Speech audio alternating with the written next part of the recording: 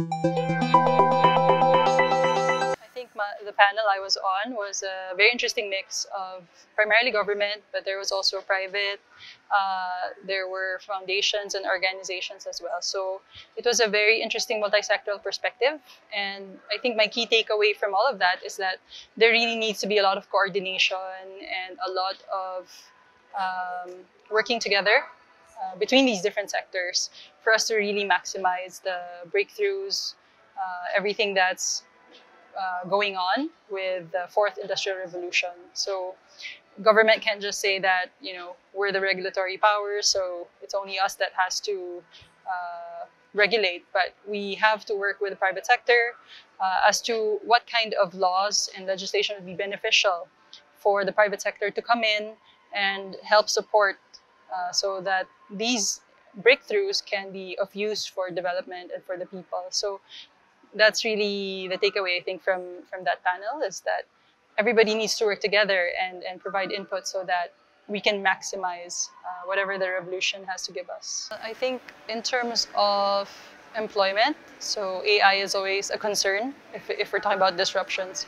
AI is always a concern because we still have a high level of unemployment. So if AI will come in and maybe possibly replace humans, then that will add to the unemployment problem that we have.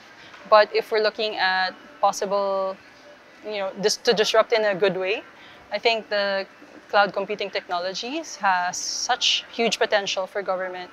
So in terms of data consolidation, data management, as long as there are, of course, the proper security safeguards, I think that it could do so much for the citizens in terms of making life easier for them, integrating data across the different departments so that people can possess just one ID and transact with all government agencies, not having to provide all your health information at the hospital, etc., etc. So it has such a huge potential, and I really hope that government will take full advantage of that.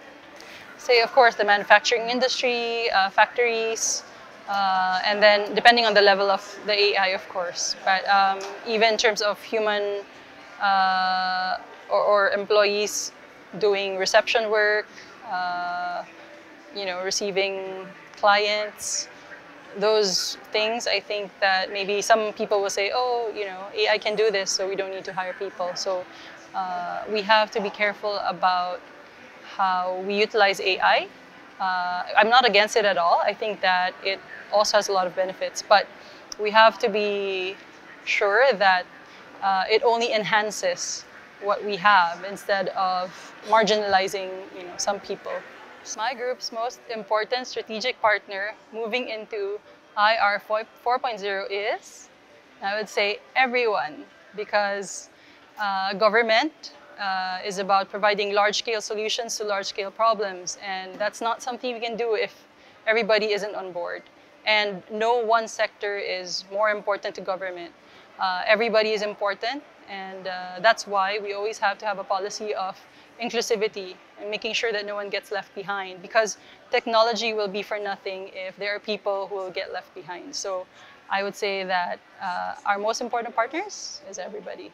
So we've really been trying to get them to come in as our partners, and the private sector has responded in different ways. One is by providing more technological inputs for our different industries, like in agriculture, in fisheries, and the like. So not only providing machineries, but providing, for example, the systems for these people, providing mentoring programs so that our farmers, our cottage industries now know how to do bookkeeping, can do marketing online, so that their products can be made available not only on the local market, but also abroad and everywhere else. So we've seen that happen.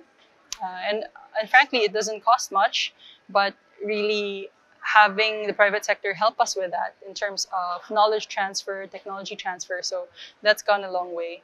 And as I mentioned earlier during the panel, the private sector can also come in by providing technologies and information systems, which can help us in terms of the health sector, providing health services. So now in our hospitals, because we don't have some specialists, we're able to use technology to send x-rays, to send some of the other medical results to specialists in Manila, and they're able to help us with a diagnosis.